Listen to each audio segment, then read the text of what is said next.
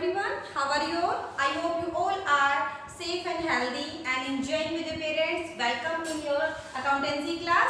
Let's start our next topic, that is we will discuss today the continuing topic from last video, that is rules of debit and credit. This is your video 3 of this topic. Today we will discuss next approach, that is traditional and English approach.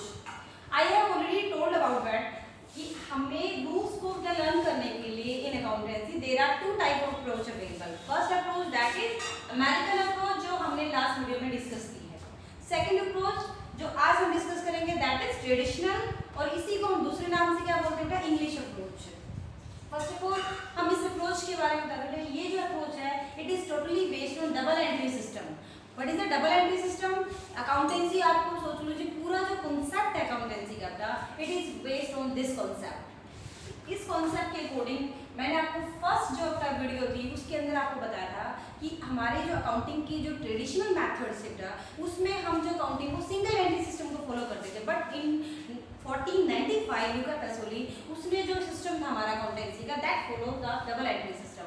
According to this system every transaction यानी accounts में हर जो आपकी कोई भी ऐसे events या फिर कोई ट्रांजेक्शन होती है every transaction having two aspects. Two aspects का मतलब क्या है कि कोई भी अगर हम बुक्स के अंदर एंट्री करते हैं या फिर हम बिजनेस के अंदर कोई भी डील करते हैं, चाहे परचेज करे, चाहे सेल करे, चाहे एक्सपेंस हो, चाहे इनकम हो, in every transaction there are two four aspects. For example I purchase furniture in business. अगर मैं बिजनेस में फर्नीचर परचेज कर रही हूँ तो furniture that is increasing business, but other side बेटा कैश विल बी डिक्रीज. यानी एक चीज अगर बढ़ी है तो दूसरी चीज क्या हुई है, कम हुई है. यानी in every type of transaction there are having two aspect. और this approach totally based on this system कि अकाउंट्स में हम लोग क्या डील करते हैं बेटा, डबल एंट्री सिस्टम. अब इस अप्रोच के अकॉर्डिंग जो अकाउंट्स है बेटा उसको हम टू पार्ट्स में डिवाइड करते हैं. जैसे मैंने आपको लास्ट अप्रोच हमारी जो अमेरिकन अप्रोच थी उसमें मैंने कहा था कि अकाउंट्स को हम 5 कैटेगरीज में डिवाइड करते हैं. कौन सी थी वो? एसेट्स, लायबिलिटीज, कैपिटल, एक्सपेंसेस और इनकम. मैंने कहा जितने भी काम होते हैं अकाउंट्स को हम इन 5 कैटेगरी में डिवाइड करते हैं. या तो हमारी जो भी हम ट्रांजेक्शन करते हैं may be it will be comes under the assets, may be it will be comes under the liabilities और कैपिटल्स और एक्सपेंसेस और इनकम. यानी इनमें से किसी भी एक कैटेगरी जो इसके अलावा कोई कैटेगरी नहीं है. यानी इस अप्रोच में हमने क्या बताया था कि accounts having 5 categories. But according to this approach accounts having 2 account. यानी हमने कहा कि अकाउंट्स होते हैं जितनी भी टाइप के हमारे जो लेन देन है उनको 2 हम पार्ट्स में डिवाइड करते हैं. कौन से पार्ट्स में डिवाइड करते हैं? Personal account and impersonal account. According to the name आपको बात बेटा पर्सनल अकाउंट. सबसे पहले हम किसको लेके चलते हैं? Personal account. फर्स्ट हमारा नेम है बेटा पर्सनल का मतलब एक बार यहाँ से छोड़ दीजिए, दिस इज कॉल्ड पर्सन. यानी इसके अंदर में किसको लेंगे? In this type of account we will consider any individual. यानी कोई भी एक व्यक्ति इंडिविजुअल, उसका नेम, कोई भी फर्म्स नेम, कोई institution, any type of representative included in this type of accounts. यानी पर्सनल अकाउंट्स कौन से होंगे? यानी जो अकाउंट किसी भी पर्सन या पर्सन से रिप्रेजेंटेट से रिलेटेड है that are called personal account. यानी पर्सन हिंदी में व्यक्तिगत, यानी that are connected, that are related with any person. यानी एनी पर्सन यानी कोई व्यक्ति या फिर उससे संबंधित किसी चीज से होगा तो that is called personal account. इसमें एग्जांपल्स कौन से ले सकते हैं? For example Ram account, Shyam account, यानी ये तो नेम हो गए आपके. इसके अलावा बेटा पर्सन में और कौन से आ सकते हैं? फॉर एग्जांपल डेटर्स, क्रेडिटर्स और कैपिटल, ये भी हमारे पर्सनल अकाउंट में आएंगे. यानी डेटर्स मैंने आपको जब भी इसकी डेफिनेशन बताई था मैंने आपको क्या बोला? डेटर्स और creditor are indicator any person. यानी किसी डेटर्स और क्रेडिटर किसके लिए यूज करते हैं? It is not using any type of material things. These are using for any type of person. Creditors कौन है? जिनको हमें पैसे देने हैं. यानी उस व्यक्ति कोई भी एग्जांपल मैंने किसी से अगर परचेज ऑन क्रेडिट की है तो मैंने उसका नाम या फिर उसकी कंपनी का नाम मैंने अपने बुक्स में रिकॉर्ड कर देती हूँ कि दैट आर क्रेडिटर्स. अगर मैंने किसी को सेल की है क्रेडिटर्स में इट मीन्स दैट पर्सन या फिर उस कंपनी का नेम वो हमारे लिए क्या डेटर्स है. तो ये चीज कैपिटल, कैपिटल यानी owner's equity, owner's account, proprietor account, तो ये भी हमारे किस में आ गया बेटा पर्सनल अकाउंट। यानी पर्सनल अकाउंट कौन से होते हैं बेटा, that are directly related to any person या फिर यानी एनी टाइप ऑफ फर्म। अब इसके अलावा और क्या एग्जांपल हो सकते हैं बेटा, मान लो एग्जांपल के लिए ABC limited, Reliance, Jindal, Minda group, ये सारे क्या है कंपनी नेम है।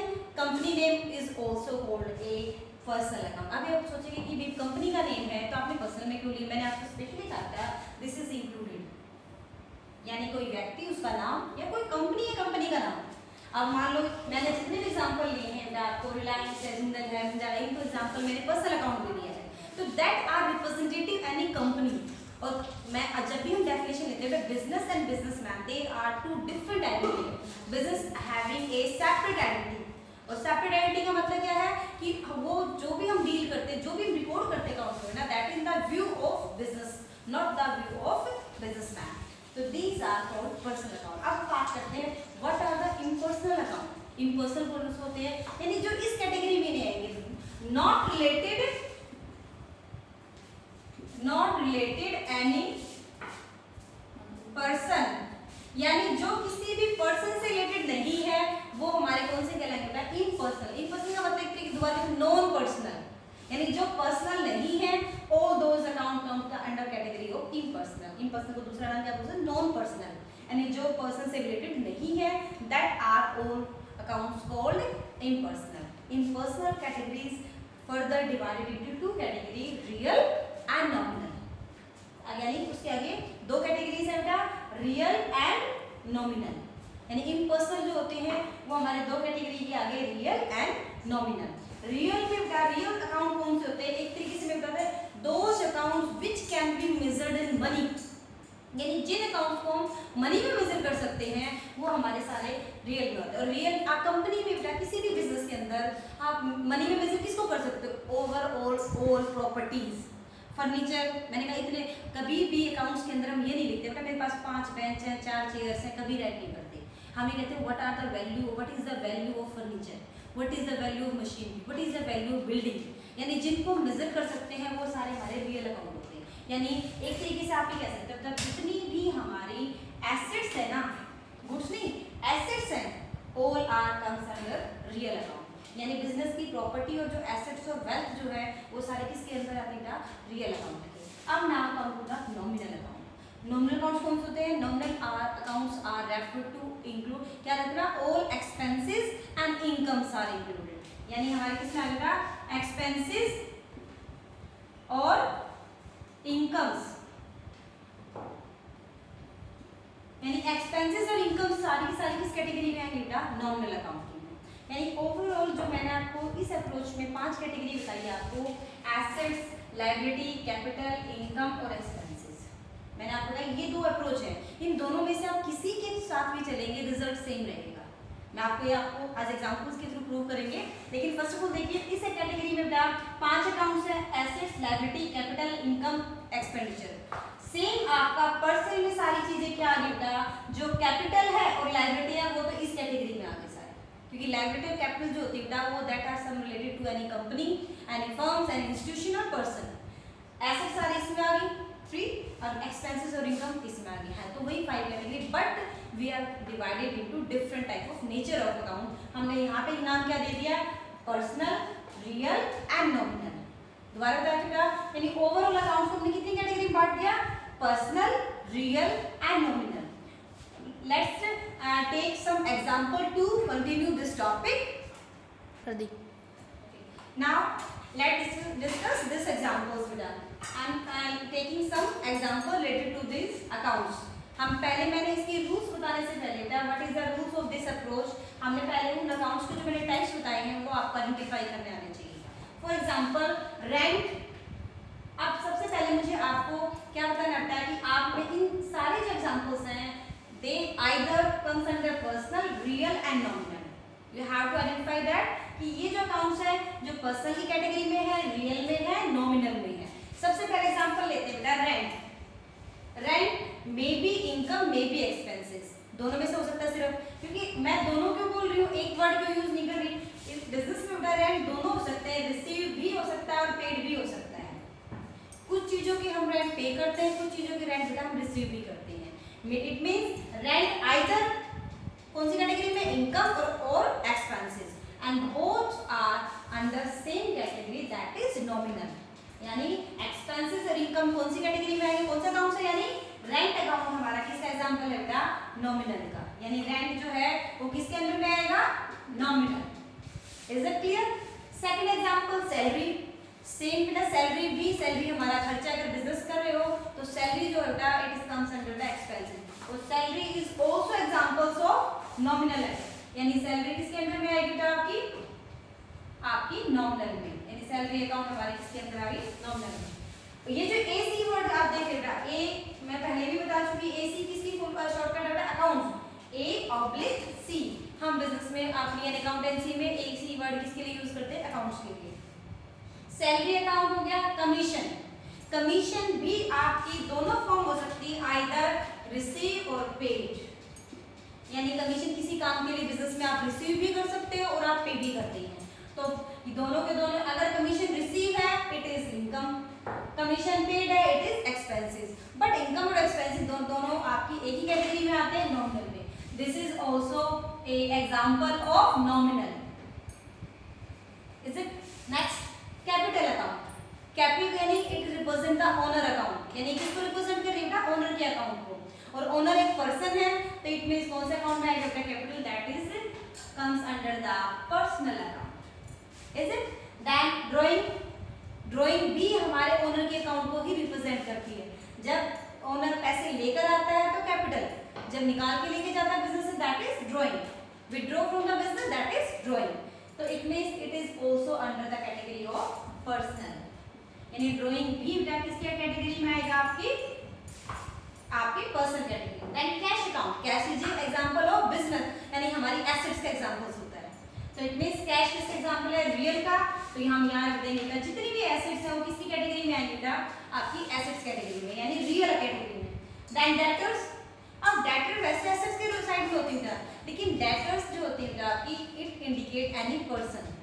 डेटर्स का मतलब है किसी व्यक्ति को लिख रहे हैं, डेटर का मतलब ये होता है किसी पर्सनल अकाउंट का मतलब है, यानी वो उस व्यक्ति का नाम है जिसको हम पैसे देने हैं, यानी जिससे पैसे लेने हैं। इट मींस डेटर्स हमारा किस में आ जाएगा बेटा, personal. Then example furniture, it is example of asset का।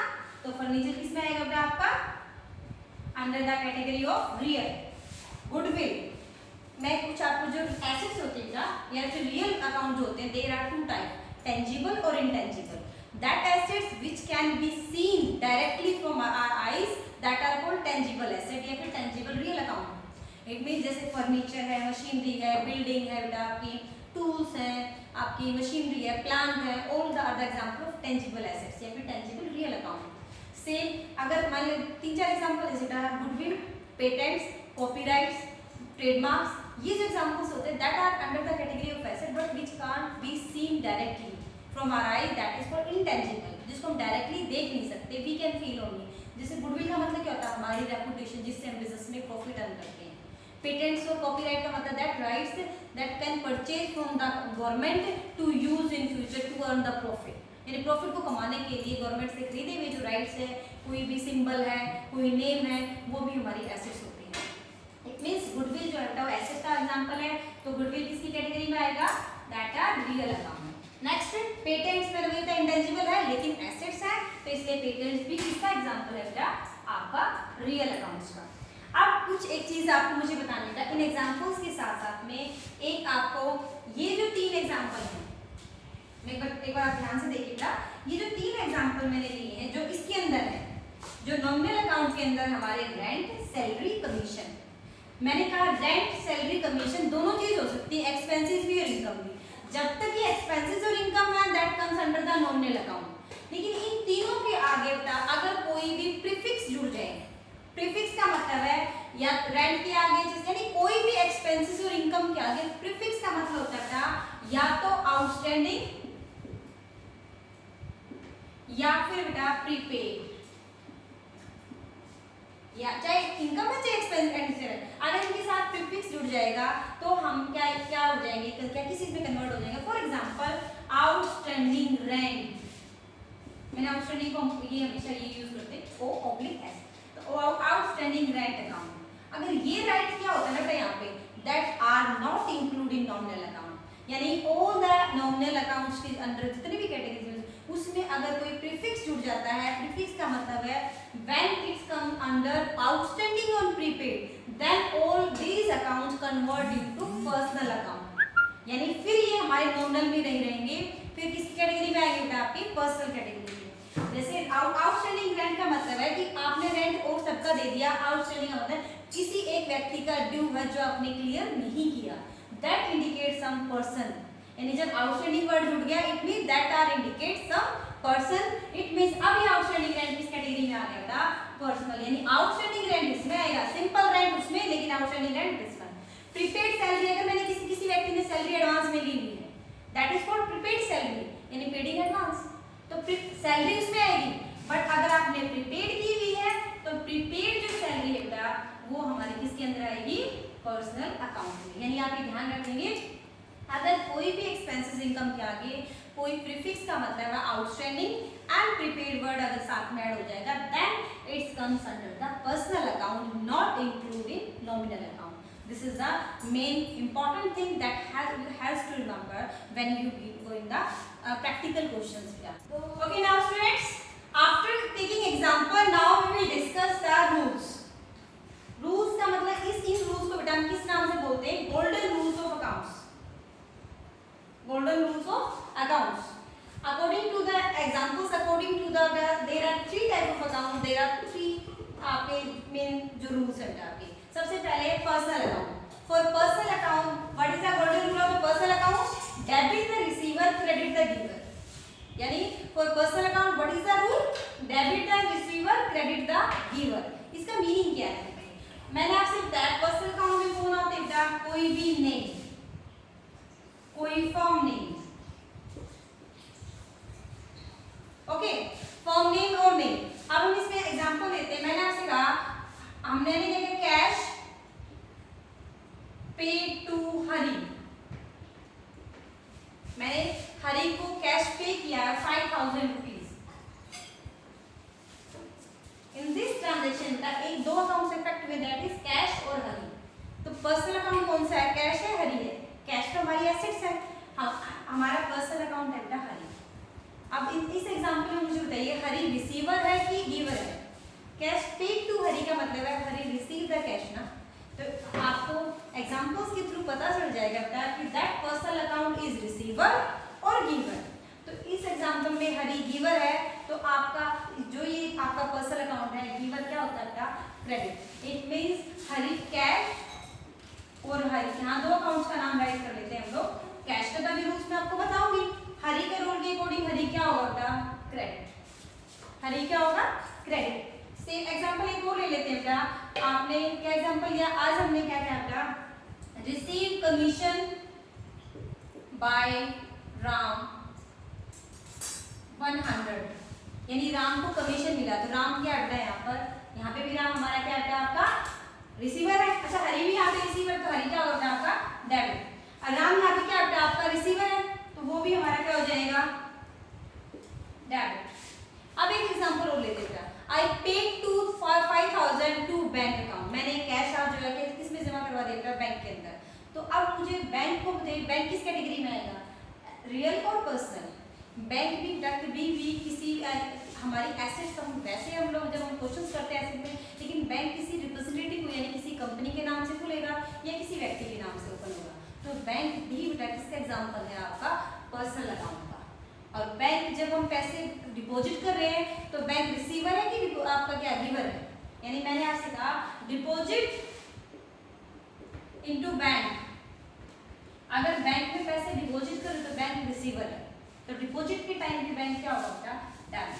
और इसी का opposite withdraw from the bank, on that time bank are giver, उस टाइम पे बैंक क्या होगा गिवर है, तब हमारा बैंक अकाउंट क्या हो जाएगा क्रेडिट हो जाएगा। मैंने आपसे कहा रिसीव फ्रॉम ABC लिमिटेड, मुझे ABC लिमिटेड से पैसे मिले हैं। इन दिस एग्जांपल बेटा ABC लिमिटेड मेरे क्या है पर्सनल अकाउंट है, और ABC लिमिटेड पैसे दे रही है, मुझे रिसीव हुए हैं, ABC लिमिटेड क्या है बेटा, गिवर है, it means this example ABC limited क्या होगा बेटा, क्रेडिट।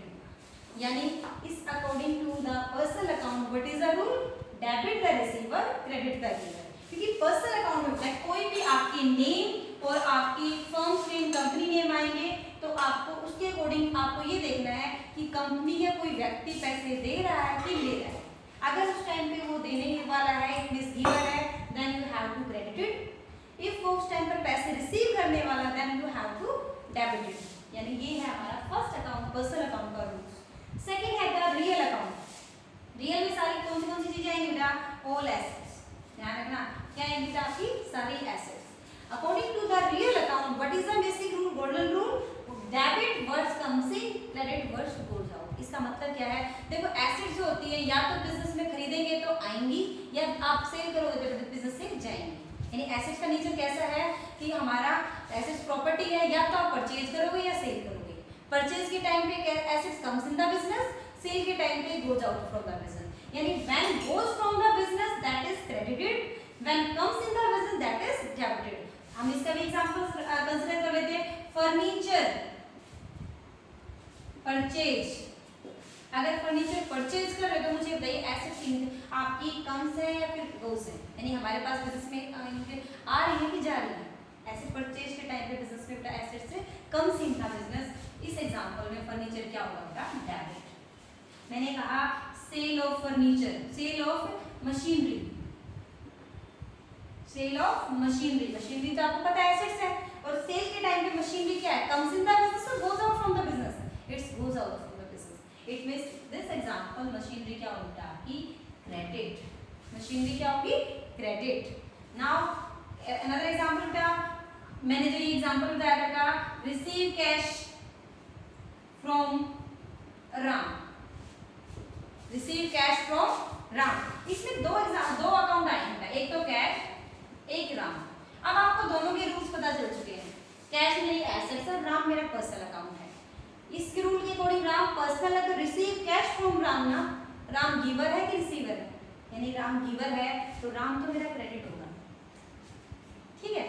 लेकिन कैश, रिसीव कैश फ्रॉम, यानी cash coming in the business और गोइंग फ्रॉम द बिजनेस, यानी it is coming from the business ना, और कमिंग का मतलब मैंने क्या बोला था, डेबिट। तो कैश मेरा क्या होगा, डेबिट।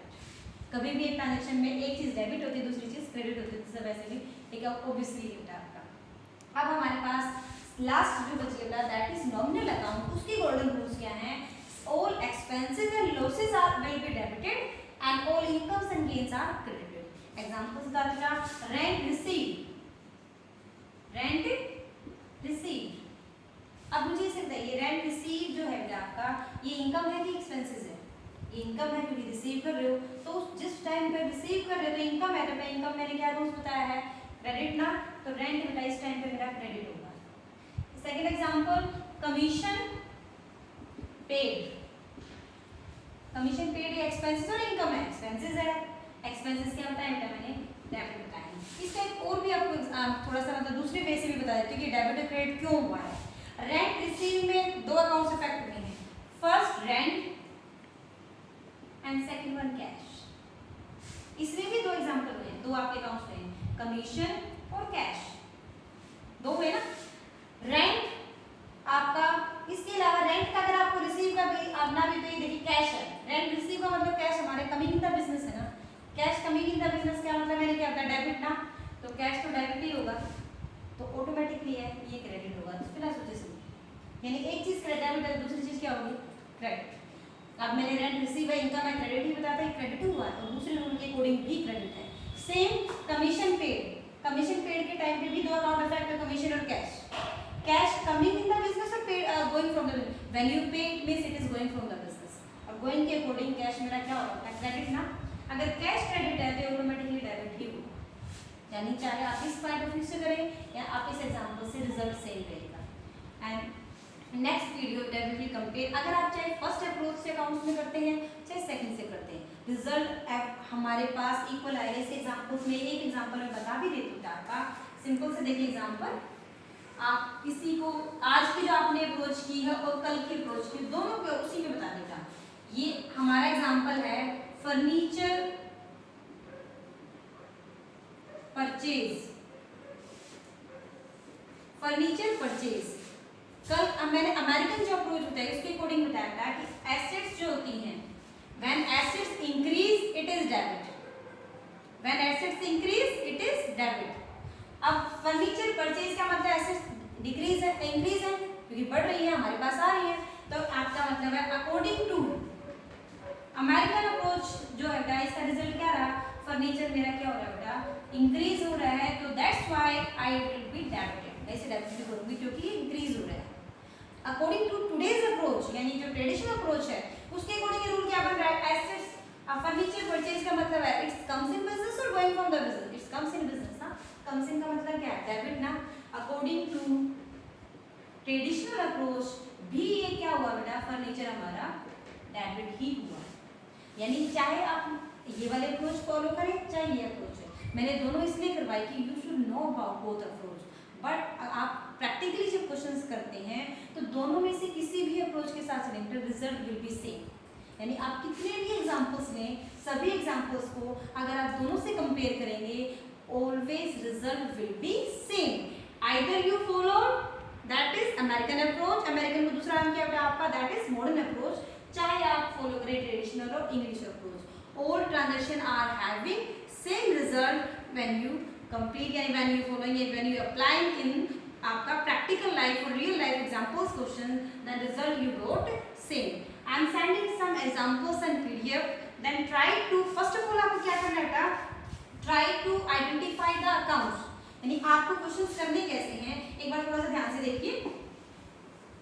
मैं आपको क्वेश्चंस को करने का तरीका बता रही हूँ कि जो मैं आपको क्वेश्चन सेंड करूंगी उसको कैसे करना है बेटा, आपको फर्स्ट ऑफ ऑल तो ये आइडेंटिफाई करना है कि वो क्या है, आपके पर्सनल है, रियल है, नॉमिनल है।